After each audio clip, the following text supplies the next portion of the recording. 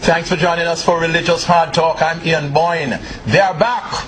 Bishop Joseph Adigol and Muslim cleric Sheikh Abdullah Al-Faisal. Another Christian-Muslim dialogue.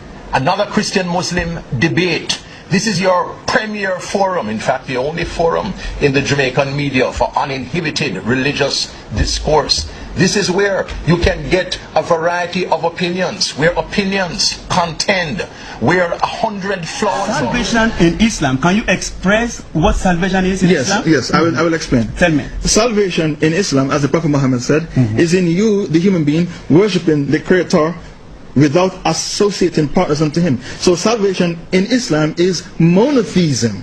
So monotheism is your salvation. Paganism, which is to worship the creation that you are involved in, is your condemnation. This is why it is impossible for a Christian to go to paradise, because they worship the creation rather than worshiping the Creator. I understand? So, and salvation, even though Jesus himself said you should worship God and God alone, and he said the greatest commandment is to worship God alone without associating partners with him. Why is it that jihad is one of the principles of salvation in Islam? Now, jihad is taught by Jesus himself. And where in the Quran? No, I'm using your Bible against you. No. Can I answer the question? Can I answer the question? Now, when you mention when you mention jihad and use it to criticize us, you dug a hole for yourself.